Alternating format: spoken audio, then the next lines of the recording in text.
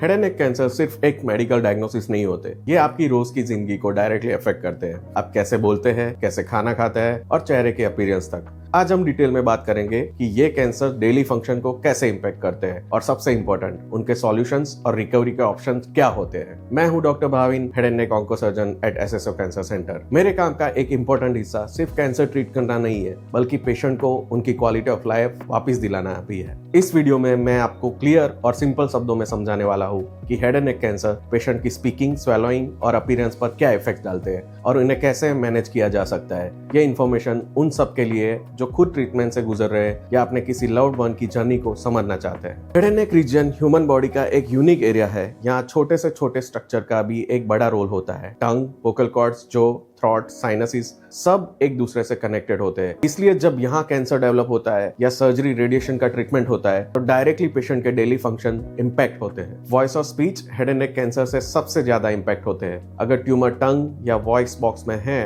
तो आवाज भारी या खराश वाली हो जाती है। कुछ पेशेंट की क्लैरिटी डिस्टर्ब होती है। कभी कभी सर्जरी के बाद आवाज टेम्परली चेंज भी हो जाती है। गुड न्यूज ये है कि स्पीच थेरापी और रिकंस्ट्रक्टिव सर्जरी से आवाज को रिस्टोर करने के में काफी हेल्प मिलती है। कई पेशेंट अपनी आवाज दोबारा पाते हैं, चाहे वो थोड़ी डिफरेंट लगती हो, लेकिन कम्युनिकेशन बिल्कुल पॉसिबल होता है। स्वेलोइंग एक सिंपल एक्शन लगता है, लेकिन इसमें 30 से ज्यादा मसल्स और मल्टीपल नर्व्स काम करते हैं। जब कैंसर या ट्रीटमेंट इन स्ट्रक्चर को इफेक्ट करता है, पेशेंट को होता है खाने निकालने में दिक्कत, कभी कभी कफिंग या चॉकिंग सेंसेशन। कुछ टाइम के लिए सिर्फ सॉफ्ट या लिक्विड डाइट लेना। रेडिएशन के बाद ड्राइनेस और स्टिफनेस भी स्वेलोइंग को हार्ड बना सकती है, लेकिन फिजियोथेरेपी, एक्सरसाइज, स्वेलोइंग थेरेपी और डाइटिशियन सपोर्ट से पेशेंट ग्रेजुअली नॉर्मल फूड वापस खाने लगते हैं। न्यूट्रिशन और वेट मेंटेन करना ये बहुत क्रूशियल होता है। हेड एंड नेक कैंसर्स का एक इमोशनल एस्पेक्ट होता है। पेशेंट का चेहरा या अपीयरेंस चेंज हो सकता है। ये फियर नेचुरल है क्योंकि फेस हमारी आइडेंटिटी का एक हिस्सा है। लेकिन आज के एरा में रिकंस्ट्रक्टिव सर्जरी और माइक्रोवास्कुलर फ्लैप की वजह से सर्जन ना सिर्फ डिफेक्ट कवर करते हैं, बल्कि नेचुरल अपीयरेंस भी रिस्टोर कर सकते हैं। प्लास्टिक सर्जन, फिजियोथेरापिस्ट और साइकोलॉजिस्ट मिलकर पेशेंट को वापस सेल्फ कॉन्फिडेंस दिलाते हैं। फिजिकल चेंजेस के साथ एक और बड़ा इंपैक्ट होता है इमोशनल हेल्थ। पेशेंट स्पीच या अपीयरेंस की वजह से सोशली आइसोलेट फील करते हैं। एंजाइटी और डिप्रेशन कॉमन रहते हैं। यहीं पर सपोर्ट ग्रुप, काउंसलिंग और फैमिली इन्वॉल्वमेंट क्रूशियल हो जाता है। इमोशनल रिकवरी फिजिकल रिकवरी के बराबर इंपॉर्टेंट है।